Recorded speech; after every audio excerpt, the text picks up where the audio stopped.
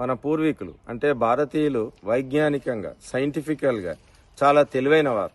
మనం ప్రస్తుతం చదువుతున్న ఈ చదువులు ఎంఎస్సీలు, బీఈలు, బీటెక్లు, పిహెచ్డీల వల్ల మనకెంతో నాలెడ్జ్ ఉందని అనుకుంటున్నాం. కానీ సైన్స్ పరమైన మూలాలు భారతదేశంలో మనం పూర్వం నుంచే చూడొచ్చు.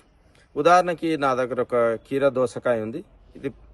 ఇది తక్కువ నీటిలో పండించడం వల్ల దానికి చేదు గుణం ఎక్కువ ఉంటుంది.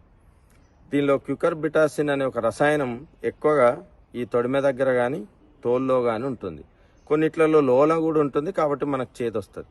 కాబట్టి మా చిన్నతనంలో ఏం చేసేవారంటే దీని యొక్క తొడిమె ఉండే వైపును ఇలా కట్ చేసి, ఈ తొడిమెను కొంత కట్ చేసిన భాగంలో మా తాత, మా అమ్మమ్మలు, నానమ్మ వాళ్ళు ఇలా ఉప్పును వేసి దీన్ని చాలా వేగంగా సర్క్యులర్ మోషన్లో రుద్దేవాళ్ళు.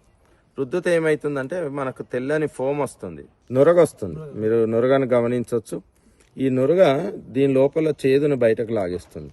అంటే మీరు దీన్ని కట్ చేసి లేదా దీన్ని కడిగేస్తే దీనిలోని చేదు పోతుంది అన్నమాట. ఇలా తిప్పి చాలాసేపు ఇలా మా ఫాదర్ అయితే దీన్ని 1 గంట, అరగంట సేపు అలా పక్కకు ఉంచి మాకు చిన్నప్పుడు కోసి ఇచ్చేవాడు. ఇప్పుడు ఈ నురగ మీకు పక్క నుంచి వస్తుంది. ఈ నురగలో నుంచి బయటకు వచ్చేది ఏంటంటే చేదు. ఇలా ఎందుకు జరుగుతుందంటే నాకు తెలిసి ఆస్మాసిస్ అనే ప్రక్రియ వల్ల జరుగుతుంది. మీరు మీ చేతుల్ని బట్టలు ఉతికేటప్పుడు కానీ సర్ఫ్ నీళ్ళలో ఎక్కువసేపు ఉంచితే ఆస్మాసిస్ వల్ల మన లోపల ఉండే నీటికి కాన్సన్ట్రేషన్ తక్కువ ఉంటుంది. అంటే మన చేయి లోపల ఉండే కాన్సన్ట్రేషన్ కంటే సోప్ వాటర్కి కాన్సన్ట్రేషన్ ఎక్కువ ఉంటుంది. కాబట్టి చేతిలో నుంచి నీళ్లు సోప్లోకి అంటే సోప్ వాటర్లోకి వెళ్ళిపోవడం వల్ల మీరు బట్టలు ఉతికిన తర్వాత మీ చేతులు ముడతలు పడి లాక్కపోయినట్టుగా కనిపిస్తాయి.